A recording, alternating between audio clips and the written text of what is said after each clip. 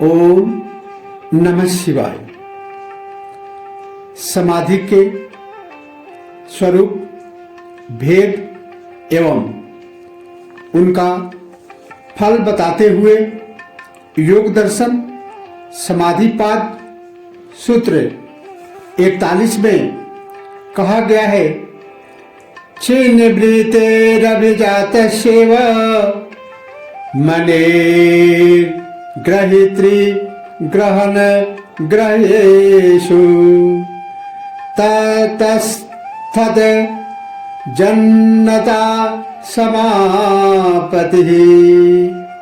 छिन्न वृत्तेरभिजातस्यैव मनेर् ग्रहीते ग्रहण ग्रहेषु ततस्तद तज्जन्नता समापतिः।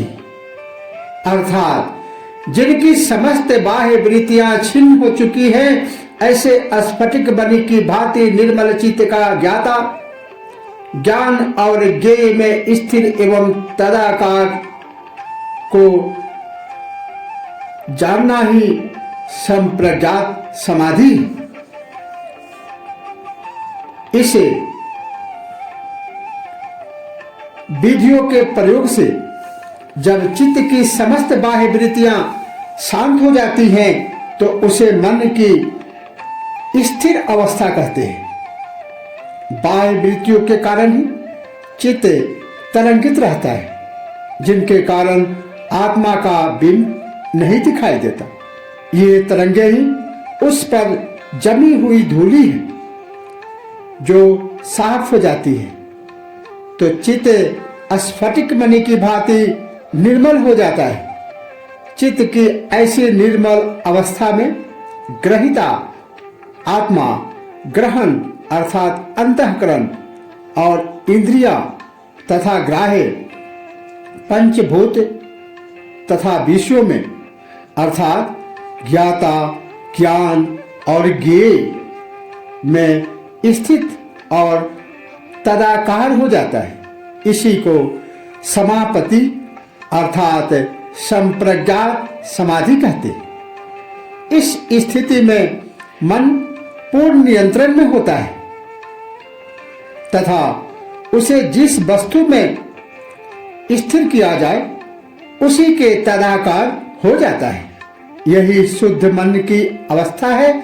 यह चित्त वासना की तरंगों के कारण ही विषयों की ओर भागता था, किंतु अब यह पंखहीन पक्षी की भांति हो जाता है, जो वासना के पंखों के टूट जाने से उड़ नहीं सकता। इसे छिन्न वृत्ति चित्त कहा जाता है। यही इसका सच्चा स्वभाव है। वृत्तियां तो अविद्या के कारण थी, अब यह केवल दृष्टा मात्र रह जाता है। तटस्थ होकर सब देखता रहता है।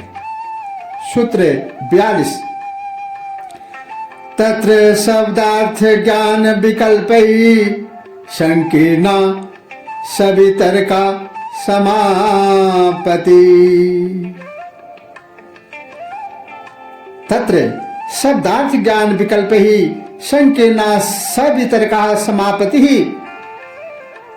जहां शब्द अर्थ और ज्ञान अभिन्न ज्ञात हो, वह सवितर्क समाधि है। उपर्युक्त सूत्र में वर्णित संप्रज्ञात समाधि के 4 चरण है। सवितर्क अर्थात सविकल्प, निर्वितर्क अर्थात निर्विकल्प, सविचार निर्विचार, आनंदानुगत तथा अस्मितानुगत। जो वितर्क, विचार, आनंद तथा अस्मिता के 4 चरणों में पूर्ण होती है, जिसका वर्णन पहले सूत्र 17 में किया गया है। इस सूत्र में सवितर्क समाधि का और वर्णन किया गया है कि इस समाधि में मन और इंद्रियों द्वारा स्थूल तथा सूक्ष्म विषय ग्रहण करने में आते हैं। जब किसी स्थूल विषयों का ध्यान किया जाता है तो उससे होने वाले अनुभव में उसके नाम रूप तथा ज्ञान के विकल्पों का मिश्रण रहता है। तीनों की एक ही साथ चित्त में प्रतीति होती है, इसलिए इस समाधि को सवितर्क अथवा सविकल्प समाधि कहते हैं। इसमें मन तदाकार तो हो जाता है, किंतु उसमें शब्द, अर्थ और ज्ञान का विकल्प बना रहता है, अर्थात तीनों एक साथ ध्यान में आते हैं। इसमें भी मन की चंचलता थोड़ी मात्रा में रहती है कि एक पर ध्यान जमाने पर तीनों बातें एक साथ ध्यान में आ जाती है। ये तीनों अभिमत ज्ञात होती है, यह नीचे दर्जे की है। सूत्र 43 स्मृति परिशुद्धौ स्वरूप शून्येवा अर्थमात्र निर्भाषा निर्वितर्का। स्मृति परिशुद्धौ स्वरूप शून्येवा अर्थमात्र निर्भाषा निर्वितर्का, अर्थात स्मृति के शुद्ध होने पर स्वरूप से रहित अर्थ मात्र को प्रकाश करने वाली चित्त की स्थिति ही निर्वितर्क समाधि है। सवितर्क समाधि में स्थूल विषय के नाम, रूप तथा ज्ञान का एक साथ स्मरण होता है। तीनों अभिन्न ज्ञात होते हैं, किंतु इसे अधिक सूक्ष्म किए जाने पर शब्द, अर्थ और ज्ञान की अलग अलग प्रतीति होती है, एक साथ तीनों की प्रतीति नहीं होती। इसे निर्वितर्क समाधि कहते हैं। इसी का दूसरा नाम निर्विकल्प समाधि भी है। इसमें दूसरा विकल्प रहता ही नहीं, यही स्मृति परिशुद्धि है। यह ऊंची स्थिति है। सूत्र 44 एतयैव सविचारा निर्विचारा च सूक्ष्म विषया व्याख्याता। एतैव सविचारा निर्विचारा च सूक्ष्म विषया व्याख्याता, अर्थात इसी सवितर्क निर्वितर्क समाधि के द्वारा सूक्ष्म विषयक सविचार और निर्विचार समाधि की भी व्याख्या की हुई समझनी चाहिए। जिस प्रकार स्थूल ध्येय विषयों में की जाने वाली समाधि वितर्क और निर्वितर्क होती है, उसी प्रकार सूक्ष्म ध्येय विषयों में की जाने वाली समाधि सविचार और निर्विचार होती है। जब इन सूक्ष्म विषयों में चित्त को स्थिर किया जाता है तो उसके नाम, रूप और ज्ञान के विकल्पों का मिला जुला अनुभव होता है, तो उसे सविचार समाधि कहते हैं।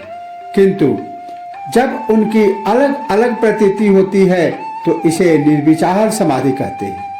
सूत्र 45 सूक्ष्म विषयत्वं चा लिंग पर्यवसानम।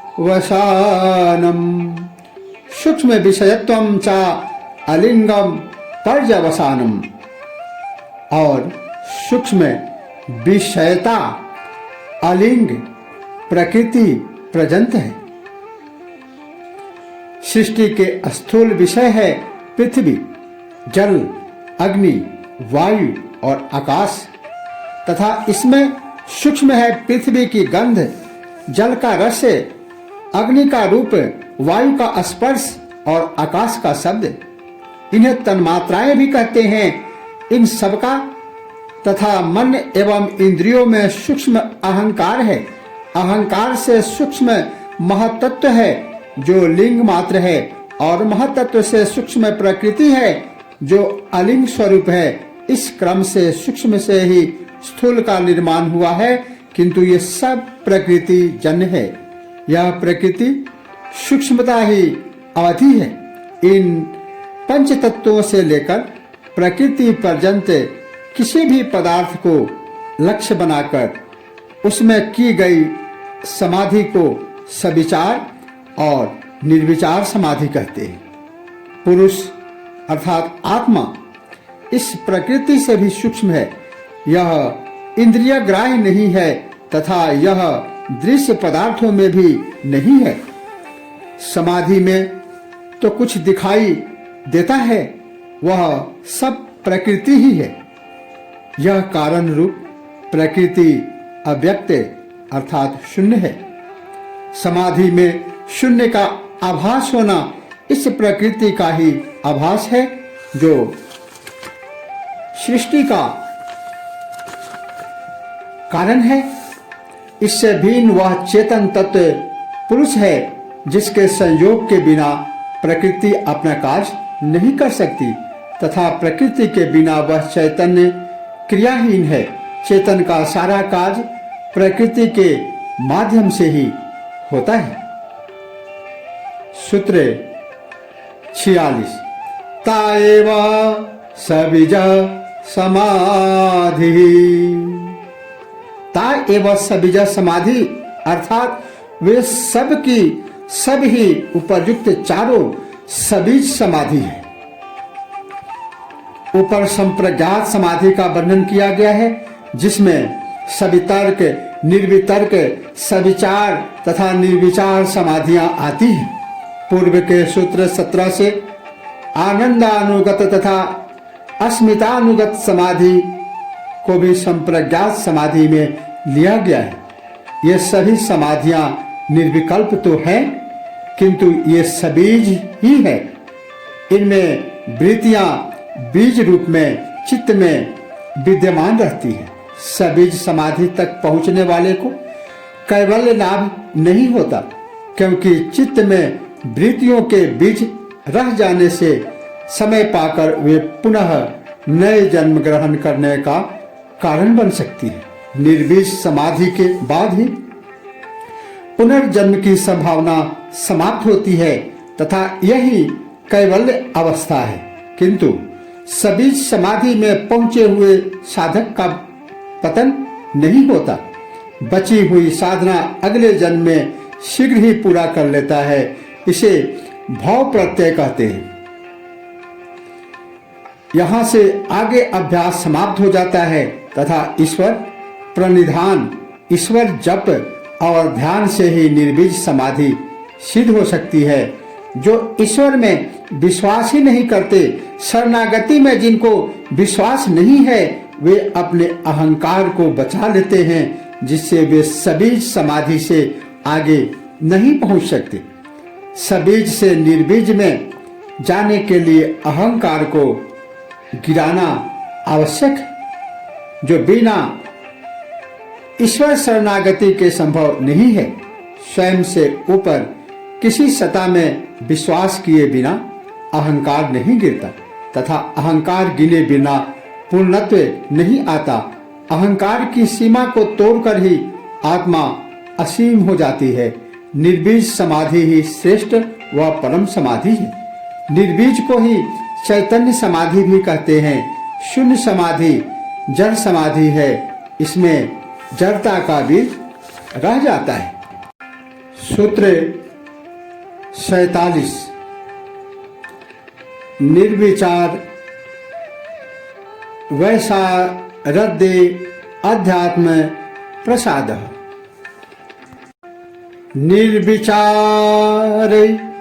निर्विचार वैशारद्य अध्यात्म प्रसाद अर्थात निर्विचार समाधि अत्यंत निर्बल होने पर अध्यात्म प्रसाद प्राप्त होता है। इस निर्विचार समाधि के निरंतर अभ्यास से जब यह पूर्ण शुद्ध हो जाती है तो योगी को अध्यात्म प्रसाद परमात्मा की कृपा प्राप्त होता है। आगे निर्विष समाधि उसी की कृपा से वह उपलब्ध कर लेता है। यहाँ सभी प्रयत्न छूट जाते हैं। ईश्वर कृपा से बचा हुआ मलिनता का बीज भी नष्ट हो जाता है। इसी को सम्यक ज्ञान, सच्चा साक्षात्कार, अध्यात्म प्रसाद कहते हैं। इस अवस्था में योगी की बुद्धि अत्यंत निर्मल हो जाती है। इसी के साथ ओम नमः शिवाय। जय श्री कृष्ण।